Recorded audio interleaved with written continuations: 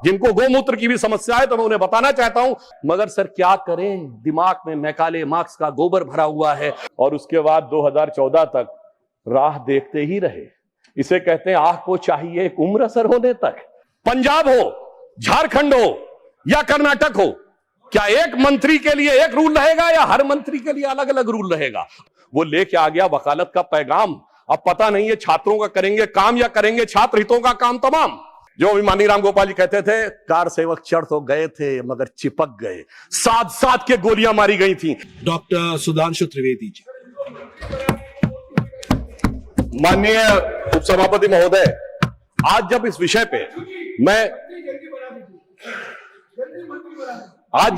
पे मैं इस बिल का समर्थन करने के लिए यहां पर खड़ा हुआ हूं, तो मेरे मन में संवेदना भी है और वेदना भी है। संवेदना उन छात्रों के प्रति और वेदना उस पे हो रही दुखद राजनीति के प्रति। माननीय सभापति महोदय, जैसे अभी झा साहब ने बोला था कि उनका स्टेक है, तो इस सदन में मैं एक नेता के रूप में नहीं, एक सांसद के रूप में नहीं, मैं इंजीनियरिंग का कॉम्पिटिटिव एग्जाम क्वालिफाई करके बने हुए एक छात्र के रूप में और बाद में इंजीनियरिंग के शिक्षक के रूप में, मैंने छात्र और शिक्षक दोनों रूपों में बच्चों के उस भाव को अनुभव किया है कि अगर उनको लगता है कि उनकी परीक्षा में कुछ गड़बड़ हो गई तो उनके मन का क्या भाव होता है, यह मैंने अनुभव किया। और मैं याद दिलाना चाहता हूं, जिस जमाने में हमने एग्जाम दिए थे, एंट्रेंस एग्जाम आईटीज के, जिस जमाने में राजीव गांधी जी थे, तो मैं याद दिलाना चाहता हूं फिजिक्स, केमिस्ट्री, मैथ के साथ साथ इंग्लिश का एग्जाम होता था। और जब तक इंग्लिश क्वालिफाई ना करें, फिजिक्स, केमिस्ट्री, मैथ की कॉपी नहीं जचती थी। तमाम बच्चे इसलिए नहीं आ पाते थे और अगर वो सिलेक्ट हो जाएं तो वो छोड़ के चले जाते थे, क्योंकि वो घबरा जाते थे। हमारे उत्तर प्रदेश से बहुत लोग थे, मगर आज प्रधानमंत्री श्री नरेंद्र मोदी जी के नेतृत्व में 13 भाषाओं में एग्जाम होता है और 13 भाषाओं में मेडिकल और इंजीनियरिंग की पढ़ाई होती है। और आज जो युवा पीढ़ी है, तरुणाई है, वो आज नई ऊंचाइयों पर जा रही है। अभी प्रधानमंत्री जी ने बताया, फिजिक्स ओलंपियाड में हमने ज्वाइंट रूप में सही 5 गोल्ड मेडल पाकर टॉप किया। केमिस्ट्री, बायोलॉजी और मैथ के ओलंपियाड में शानदार प्रदर्शन हमारे बच्चों ने किया। आप अगर देखें तो अभी स्काई रूट कंपनी ने भारत का first space satellite Vikram 1 launch किया और जिसकी एवरेज एज 28 साल है।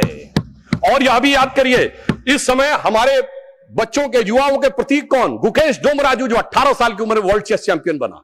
वो देवव्रत महेश रेखे, जिसने 19 साल की उम्र में दंडकम पारायण शुक्ल यजुर्वेद का करके दिखा दिया। यह है हमारी एक्चुअल जेन जी की प्रतिभा और इस प्रतिभा को निखारने और संवारने के लिए हमारी सरकार पूरी तरीके से प्रतिबद्ध है।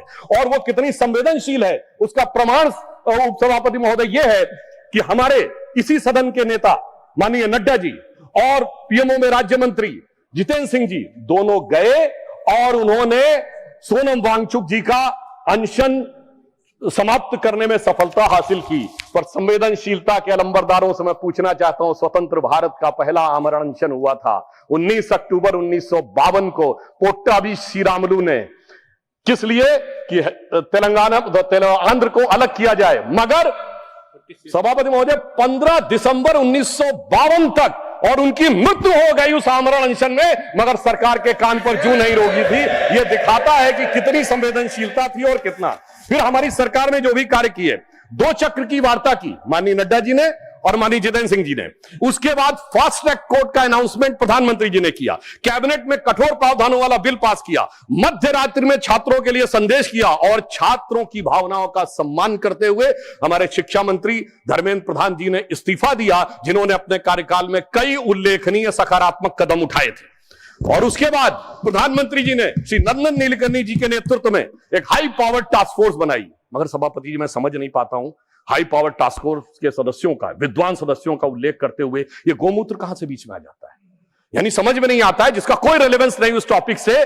तो मैं बताना चाहता हूं, जिनको गोमूत्र की भी समस्या है तो मैं उन्हें बताना चाहता हूं, गोमूत्र का anti bacterial, anti fungal, medicinal value के लिए यूएस में पेटेंट है and the patent number is 6410059।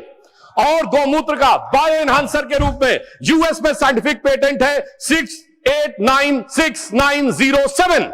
मगर सर क्या करें, दिमाग में मैकाले मार्क्स का गोबर भरा हुआ है, तो उन्हें कहां से समझ में आएगा सर? अगर यह आत्मविश्वास होता, जैसे प्रधानमंत्री जी ने all India institute of Ayurvedic science जो बनाया, ये 50 साल पहले बन गया होता, तो सभापति महोदय हमें हल्दी, नीम और तुलसी के पेटेंट के लिए लड़ाई नहीं करनी होती, हम आज लीडर बन के खड़े होते हैं। मगर क्या बताएं, ये विज्ञान में पश्चिम के अंधभक्त हैं और उस अंधभक्ति की कीमत इस देश ने चुकाई, मगर प्रधानमंत्री जी ने आकर उसको एक नई राह दिखाई है। मैं यह भी बताना चाहता हूं, हम इस विषय को लेकर किसी भी प्रकार का मजाक नहीं करते, हम पूरी तरीके से संवेदनशील होकर कार्य कर रहे हैं। और इस गंभीरता के लिए जो ये बिल आया है, हमारे 3 मूल मंत्र हैं। छात्रों के प्रति संवेदनशीलता, शिक्षा व्यवस्था के लिए व्यवस्था की सुदृढ़ता, और पेपर लीक जैसे अपराध के लिए कानूनी कठोरता। Which I can say in English, we are having a sensitive approach, secure process and a stringent law. So triple S is our main motto, how to ensure these things. और मैं यह भी कहना चाहता हूं कि इस विषय पे 2 पक्ष है, एक लीगल यानी वैधानिक पक्ष और दूसरा है राजनीतिक पॉलिटिकल पक्ष। हम दोनों, पहले मैं लीगल पक्ष के ऊपर बात करूंगा, फिर पॉलिटिकल पक्ष के ऊपर। मगर हमारी सरकार ने यह प्रतिबद्धता दिखाई है कि जब छात्रों के भविष्य की बात आए तो ऐसा कठोर कानून बनाया है कि पेपर लीक करने वाले माफियाओं का मनोबल गिरना नहीं चाहिए, मनोबल जमींदोज हो जाना चाहिए। और इसके लिए 2024 के एक्ट के सेक्शन 11 के सबसेक्शन 2 में यह स्पष्ट किया गया है कि यदि कोई संगठित पेपर लीक करता है तो 1 करोड़ रुपए से उसको आर्थिक दंड को 10 करोड़ रुपए किया गया है। इसका उद्देश्य यह है कि यदि कोई ऐसा करता है तो उसकी आर्थिक ढांचा जमींदोज हो जाना चाहिए। सबसेक्शन 1 में 5 वर्ष के कारावास को 7 वर्ष किया गया है और 7 वर्ष के कारावास को 10 वर्ष किया गया है। 2024 के एक्ट के सेक्शन 10 में संशोधन किया गया है कि यदि कोई व्यक्तिगत रूप से इसका दोषी पाया जाता है तो 50 लाख रुपए का होगा फाइन। माननीय मंत्री जी ने कहा था कि सर्विस प्रोवाइडर के ऊपर भी कड़ा शिकंजा करने की व्यवस्था की गई है। तो यदि कोई सर्विस प्रोवाइडर या मैनेजर होता है तो उस पर 1 करोड़ रुपए का फाइन और सजा जो है वो 10 वर्ष तक की हो सकती है। परंतु मैं कहना चाहता हूं सभापति महोदय, कानून कितना भी कठोर हो वो तब तक प्रभावी नहीं हो सकता जब तक जांच द्रुत गति से ना हो। तो इसमें यह प्रावधान किया गया है 2024 के एक्ट के सेक्शन 12 में, सेक्शन 12 और बी, ए एंड बी 2 नए संशोधन किए गए हैं, जिससे जांच एजेंसी को 2 महीने के अंदर ही अपनी जांच पूरी करनी है। और पहले प्रावधान यह था कि केवल सेंट्रल एजेंसीज करेंगी, अब स्टेट्स को इंपावर किया है कि वो चाहे तो स्पेशल टास्क फोर्स अपनी बना सकते हैं और उसे भी 2 महीने के अंदर जांच देनी होगी। यानी स्टेट्स को भी पावर दिया है और उसके लिए स्पेशल टास्क फोर्स की व्यवस्था भी की है। परंतु सभापति महोदय, जांच कितनी भी द्रुत गति से हो, जब तक न्याय द्रुत गति से ना हो तो भी समस्या होती है। तो इसमें यह व्यवस्था की गई है, सेक्शन 12 में यह प्रावधान किया गया है कि स्पेशल ट्रैक कोर्ट बनेंगे, फास्ट ट्रैक कोर्ट बनेंगे जो डे टू डे बेसिस के ऊपर हियरिंग करेंगे। और इसके लिए कोई भी राज्य या केंद्र शासित राज्य या प्रदेश उच्च न्यायालय के मुख्य न्यायाधीश की अनुशंसा के ऊपर डेजिग्नेटेड कोर्ट का गठन कर सकेगा। परंतु सभापति महोदय, कई बार न्याय में बीच में लोग लूपहोल निकाल लेते हैं, तो यह भी व्यवस्था की गई है यदि कोई कानूनी दावपेच निकालकर बचना चाहे तो कोई स्पेशल टास्क फोर्स के आदेश या निर्णय को चैलेंज करना चाहे तो उसे हाई कोर्ट में 2 जजेस बेंच में ही जाना पड़ेगा और उस अपील का डिस्पोजल 3 महीने के अंदर करना पड़ेगा। यानी हर प्रकार की व्यवस्था को सुनिश्चित किया गया है। यदि मैं एक लाइन में कहूं तो इस विधेयक में पेपर लीक पर कठोर दंड, समयबद्ध जांच और त्वरित न्याय, तीनों का ही समस्त प्रावधान किया है। इसके लिए मैं सरकार को धन्यवाद और साधुवाद देना चाहता हूं। और इतना ही नहीं, विगत 12 वर्षों में हमारी सरकार ने शिक्षा व्यवस्था के लिए क्या क्या किया है वो बहुत सारा विस्तार लोग बता चुके हैं। IITs 15 से 23 हुई, IIMs 15 से 21 हुई, एम्स 7 से 20 हुए, मेडिकल कॉलेज 387 to 808 हुए, टोटल यूनिवर्सिटी 760 से 1338 हुई, अंडर ग्रेजुएट MBBS सीट 151% बढ़ी, PG सीट 140% बढ़ी और 15,000 करोड़ रुपए का निवेश किया गया है ताकि आने वाले वर्षों में 10,000 नई मेडिकल सीट्स का गठन हो सके। सरकार ने 50,000 करोड़ रुपए का निवेश 2023 में अनुसंधान रिसर्च फाउंडेशन के लिए किया है और यह भी व्यवस्था की है कि 6,000 हमारे जो कॉलेज है 6,300 संस्थाओं में 1 नेशन 1 पोर्टल, ताकि इंटरनेशनल जो हमारे जर्नल्स होते हैं वो फ्री में अवेलेबल हो। 13,000 टॉप जर्नल्स आप कोई भी बच्चा जाके वहां से डाउनलोड कर सकता है। और इतना ही नहीं है सभापति महोदय, विगत 12 वर्षों में QS वर्ल्ड रैंकिंग में, जहां 2014 से पहले हमारे संस्थानों की संख्या सिंगल डिजिट में थी, आज 54 इंस्टीट्यूट हमारे ऐसे हैं जो QS वर्ल्ड रैंकिंग के ऊपर जिनकी रैंकिंग होती है।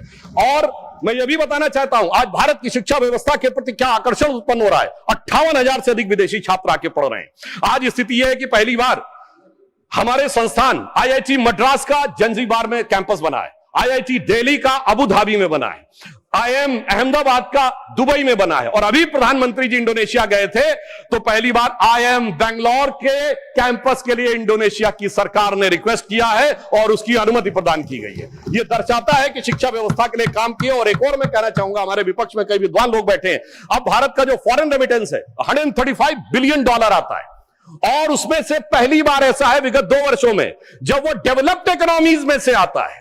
यानी हमारा जो टैलेंटेड यूथ है, जो जाके जिसको आप हाई लेवल स्किल वाले जॉब्स कहते हैं, उनमें से करके वो ला रहा है, तो यह दिखाई पड़ता है कि हम कितने सही ढंग से काम कर रहे हैं। माननीय खड़गे जी ने बोला था कि साहब हमने उनसे सीखा और हम ही जो है वो उनसे सीखने के बाद ये नीट का और एनटीए का विषय लाए। तो मैं कहना चाहूंगा, माननीय मंत्री जी ने बोला था कि 1992 में अवधारणा दी थी और उसके बाद 2014 तक राह देखते ही रहे। इसे कहते हैं आह को चाहिए एक उम्र असर होने तक। तो इसलिए मैं कहना चाहता हूं वो वास्तविकता में मोदी जी की प्रतिबद्धता से वह विषय सफल हुआ। और मैं उस डिटेल में नहीं जाना चाहता, बहुत सारे डिटेल्स माननीय मंत्री जी ने बताए किसके कालखंड में क्या क्या पेपर लीक हुए, पर एक उदाहरण देना चाहता हूं। ये तो अपने नेताओं के प्रति संवेदनशील नहीं है। मैं याद दिलाना चाहता हूं, राजस्थान में कांग्रेस के शासनकाल में एक यात्रा निकली थी, पद यात्रा, अजमेर से जयपुर तक। सचिन पायलट जी ने यात्रा निकाली और कहा पेपर लीक कितने हो रहे हैं कि मैं छात्रों के हित में पदयात्रा निकाल रहा हूं। मगर अफसोस कि उन्होंने उसके ऊपर कहीं कोई शिकन नहीं आई। उन्होंने, और सुनिए, इनके मुख्यमंत्री ने बोला, बात रिकॉर्ड पे जा रही है, इनके मुख्यमंत्री ने बोला मैं तो जादूगर हूं, सब ठीक कर दूंगा। और उस समय सचिन पायलट जी का मीडिया में बयान है जिसमें उन्होंने कहा पेपर लॉक में था, लीक हो गया। ये कैसी जादूगरी है? अब मैं बताना चाहता हूं, आज मैं पूछना चाहता हूं, विपक्ष की सरकारों में जहां पेपर लीक हुए हैं, क्या वही मानदंड होगा जो हमारी सरकार के लिए है? पंजाब हो, झारखंड हो या कर्नाटक हो, क्या एक मंत्री के लिए एक रूल रहेगा या हर मंत्री के लिए अलग अलग रूल रहेगा? अब बॉल इनके कोर्ट में है और इन्हें तय करना है। मगर मैं याद दिलाना चाहता हूं, हमारे सदन के एक सम्मानित सदस्य जो अभी अभी आए हैं, श्री कपिल सिब्बल जी, जो बहुत प्रख्यात वकील हैं और ज्यादातर विवादास्पद विषयों के प्रख्यात वकील रहे हैं।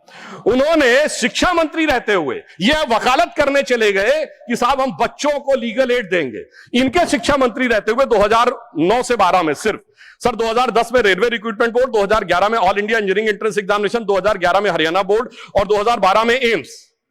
सर आप समझिए, मैं कहना चाहूंगा, यानी जिस पर होना चाहिए था इल्जाम, वो लेके आ गया वकालत का पैगाम। अब पता नहीं है छात्रों का करेंगे काम या करेंगे छात्र हितों का काम तमाम। मुझे लगता है कि आज सारे के सारे, और मैं एक और बात कहना चाहता हूं, हमारे बहुत से लोगों ने यह कहा कि नीट को समाप्त कर देना चाहिए। मैं सभापति महोदय बताना चाहता हूं, जब नीट नहीं थी 2016 में, तो क्या होता था? प्राइवेट कॉलेजेस की सीटें नीलाम हुआ करती थी, लाखों लाख रुपए में। वो गरीब और मध्यम वर्ग के बच्चे को तो कभी उसके लिए स्वप्न से बाहर था कि 25 लाख 50 लाख रुपए देकर एडमिशन पाएगा, पीजी में कहीं 1-1 करोड़ रुपए देकर एडमिशन पाएगा। मगर आज प्रधानमंत्री जी ने जो काम किया है इस साल के नीट में, कैसे कैसे बच्चों को अवसर मिला। कुछ उदाहरण देना चाहूंगा। राजस्थान के बाड़मेर में एक दिहाड़ी मजदूर लखाराम की बेटी को और बूंदी में राजस्थान की सूरज सैनी को मौका मिला है। भागलपुर का सूरज कुमार या रायसेन के मध्य प्रदेश का आदर्श लोधी या लखनऊ की वो नीलू जिसकी मां घरों में काम करती थी, गोरखपुर का वो विशाल तिवारी जिसके पिता ऑटो रिक्शा ड्राइवर थे, मुजफ्फरनगर का वो मोहम्मद सुहेल जिसके पिता ई रिक्शा चलाते थे। सभापति जी, इन बच्चों के अरमान पूरे होने का यदि श्रेय किसी व्यक्ति को जाता है तो प्रधानमंत्री श्री नरेंद्र मोदी जी को। इन बच्चों के अरमान पूरे हुए, मगर जो कैपिटेशन फीस लेके सैकड़ों करोड़ प्रति वर्ष कमाते थे, उनके अरमानों पे बिजली गिरी है। और उस बिजली गिरने के कारण एक कहावत होती है कि तन बदन में आग लगना, मगर सभापति जी इनके तन बदन और धन तीनों में आग लगी हुई है। और मैं कह सकता हूं कि आज जिस प्रकार की आग ये लगाने का प्रयास करते हैं, मैं याद दिलाना चाहता हूं सर, इनकी पार्टी के वरिष्ठ नेता 2024 में क्या बोलते हैं इंजीनियरिंग और मेडिकल के इंट्रेंस टेस्ट में, कि जो क्वेश्चन बनते हैं वो अमुक जाति के लोग बनाते हैं, इसलिए अमुक जाति के लोग उसमें ज्यादा सेलेक्ट होते हैं, और दूसरी जाति के बने तो कौन से। मैं समझ नहीं पाता हूं कि moving charge in magnetic field या इलेक्ट्रोमैग्नेटिक इंडक्शन का अगर कोई फार्मूला होगा, उसमें जात कहां से आ गई। सभापति जी 9th क्लास में मैंने पढ़ा था, अगर सेंट्रीग्रेड को फॉरेन हाइट में चेंज करना है तो C/5 = M-32/9 होता है। अगर ये सवाल पूछा जाएगा तो सवाल और जांचने वाले में जात कहां से आ गई। मैं जेनजी से कहना चाहता हूं, समझिए इनके खतरनाक इरादे। ये उस समय भी आपको गुमराह करने में लगे हुए थे, और आज आदरणीय खड़गे जी ने कहा कि एससी एसटी ओबीसी के रिजर्वेशन के बारे में, सभापति महोदय, शिक्षण संस्थाओं में एससी एसटी ओबीसी का रिजर्वेशन, बिरला जी ने बोला था सर, जैसे ही दूसरा वाला वोट बैंक दिख जाता है, AMU SC ST OBC reservation साफ, Jamia Millia Islamia SC ST OBC का रिजर्वेशन साफ, कश्मीर में एससी एसटी रिजर्वेशन देने की जरूरत ही नहीं है, हजारों संस्थाओं को माइनॉरिटी घोषित करके एससी एसटी ओबीसी का रिजर्वेशन साफ। और याद करिए सर, कश्मीर में यह प्रावधान था कि वाल्मीकि समाज की एक बच्ची जब वो पीएचडी करके गई कि यूनिवर्सिटी में लेक्चरर बनना है, तो उससे कहा गया तुम्हारे डोमिसाइल के हिसाब से तो सिर्फ सफाई कर्मचारी बन सकते हो। और ये लोग आके आज मनुस्मृति की बात करते हैं। मुझे लगता है कि आज वो धारा 370 हटने के बाद उन्हें वास्तविक अधिकार मिला है। और मैं ये भी कहना चाहूंगा, इतना ही नहीं सर, रिजर्वेशन में इन्होंने ऐसी घुसपैठ की है माइनॉरिटीज की कि अभी एक केस जो था हाईकोर्ट ने क्वैश किया है पश्चिम बंगाल सरकार का। सर, इन्होंने ओबीसी के आरक्षण में ऐसा किया, आगे का दरवाजा खोला, पीछे का दरवाजा खोला और रोशनदान भी खोल दिया कि किस प्रकार से अपने वोट बैंक के सारे लोगों को माइनॉरिटी में लाया जा सके। अब मैं यह भी कहना चाहता हूं सर, खड़गे जी ने जो कुछ भी बोला, अब उस विषय के ऊपर मैं बोल चुका हूं, इसलिए मैं दोबारा नहीं बोलना चाहता, मगर फिर मैं बताना चाहता हूं, आज समाज में जो लड़ाई लगाने की बात की जाती है, आई जस्ट रिपीटिंग क्विकली कि डॉक्टर अंबेडकर ने अपनी किताब हु वर शूद्राज में chapter number 1 page number 1 paragraph number 3 में लिखा है, there is no connection of modern day schedule caste with the Vedic age Shudras. Second, उन्होंने द अनटचेबिलिटी में लिखा है, पेज नंबर 155 पे आप कहेंगे तो मैं अभी आपको ऑथेंटिकेट कर सके दे सकता हूं, जिसमें उन्होंने लिखा देयर वाज नो अनटचेबिलिटी मनुदेरा started on 4th century subsequent become on 8th century. अब 8th सेंचुरी से इस देश में क्या हुआ था, यह भी याद रखने की जरूरत है। पर मैं ये कहना चाहता हूं सर, एक और बात, कि आज जो लोग कॉम्पिटिटिव एग्जाम वाले बच्चों के लिए कि नेता बनने का प्रयास कर रहे हैं, सर, उन्होंने कभी जिंदगी में कंपटीशन देखा है? कभी नहीं देखा सर। ये वो नेता हैं जिन्होंने एजुकेशन में कंपटीशन नहीं देखा, नौकरी में कंपटीशन नहीं देखा, पॉलिटिक्स में कंपटीशन नहीं देखा, और अपनी पार्टी में तो ऐसी रेस दौड़ते थे जिसमें एक ही आदमी दौड़ा होता था। तो आप सोचिए कि जिन्होंने कभी रियल में कॉम्पिटिटिव एग्जाम क्वालिफाई नहीं किया, मतलब फेस ही नहीं किया। दूसरी तरफ हमारे नेता नरेंद्र मोदी जी जमीन से एक एक परीक्षा को पूरे करते हुए किस प्रकार से उभर कर सामने आए, तो साफ समझा जा सकता है। मैं सर कोट करना चाहता हूं सर, दुनिया की सबसे बड़ी, सर आपने अपने टर्म में बोलिए, दुनिया की सबसे बड़ी कंपनी एनवीडिया के चीफ सर जेनसेन हुआंग ने 23 सितंबर 2024 को कहा है, एनवीडिया के सीईओ ने, उसने कहा, whenever I meet PM Modi I find an incredible student in him.